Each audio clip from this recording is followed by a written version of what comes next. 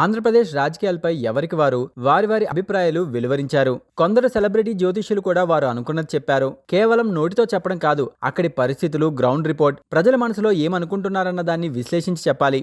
అలా చాలా సర్వే సంస్థలు చెప్పినా కొన్నిటి అంచనా మాత్రమే నిజమైంది. అందులో ఏది యాక్యురేట్ గా లేదు. కానీ డాక్టర్ జగదీష్ బాబు యలమంచిలి గారు ఇచ్చిన ప్రిడిక్షన్ 100కి 100 పాళ్ళు నిజమైంది. యూబ్లడ్ లాంటి యాప్లతో పాటు స్వతహాగా సాంఘిక కార్యక్రమాలు చేపడుతున్న వ్యక్తి జగదీష్ గారు. యుఎస్ లో ఉంటూ తను పుట్టిన ఆంధ్రదేశానికి సేవ చేస్తున్నారు. ఆయన చేపట్టిన సాంఘిక కార్యక్రమాలపై ప్రజల నుంచి ప్రశంసలు దక్కుతున్నాయి.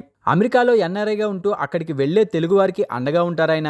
వారి బాగోగులు, మంచి చెడ్డలు చూసుకుంటూ విదేశాల్లో సైతం తమ వారు ఉన్నారన్న భావన కలిగిస్తారు. సాంఘిక కార్యక్రమాలతో బిజీగా ఉండే డాక్టర్ జయ గారు రాజకీయ పార్టీ అయిన టీడీపీని అభినందిస్తారు. అన్న ఎన్టీఆర్ కు ఆయన వీరాభిమాని. అన్నగారి ఉపన్యాసాలు వింటూ, సినిమాలు చూస్తూ అదే స్ఫూర్తితో పెరిగారు. అందుకే ఆయన పెట్టిన తెలుగుదేశం పార్టీ అన్న డాక్టర్ జయ గారికి ప్రత్యేక అభిమానం. రాష్ట్రం విడిపోయిన తర్వాత చంద్రబాబు సీఎం మొదటి టర్మ్ లో ముఖ్యమంత్రి కావడంతో హర్షం వ్యక్తం చేశారు డాక్టర్ జయ గారు.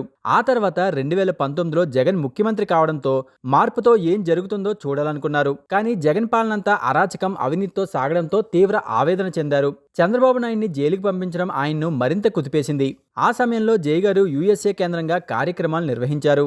ఎన్నికలకు ముందు జయ గారు కలిసిన నాయకులందరూ టీడీపీలో విజయం సాధించారు. వంగలపూడి అనిత, వెనిగండ్ల రాము, రఘురామకృష్ణంరాజు గారులతో పాటు కొంతమందిని జయ గారు కలిశారు. అక్కడి గ్రౌండ్ రిపోర్ట్ ను తెలుసుకున్న జయ గారు వారంతా గెలుస్తారని ముందే చెప్పారు. ఆయన ప్రిడిక్షన్ ఇప్పుడు నిజమైంది. జయ గారు కలిసిన వారందరూ భారీ మెజారిటీతో గెలిచారు. ఇక చంద్రబాబు నాయుడు జైల్లో పడిన సందర్భంలో ఏపీలో టీడీపీ మరోసారి ప్రభుత్వం ఏర్పాటు చేస్తుందని ఆయన ముందే చెప్పారు. ఆయన చెప్పినట్లుగానే ప్రభుత్వం ఏర్పాటు చేసింది. అందులో ముఖ్యమంత్రిగా చంద్రబాబు నాయుడు ఎన్నికయ్యారు. బాబు గారు ఎట్లయినా బయటకు వస్తారు, అడిగిన ముచ్చంలాగా పక్కా తప్పకుండా వస్తారు.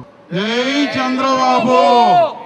మా తెలుగుదేశం పార్టీ సంక్షేమం అంటే నేర్పింది, తెలిపింది, రుచి చూపించింది భారతదేశంలో ఎన్టీ రామారావు గారు, తెలుగుదేశం పార్టీ.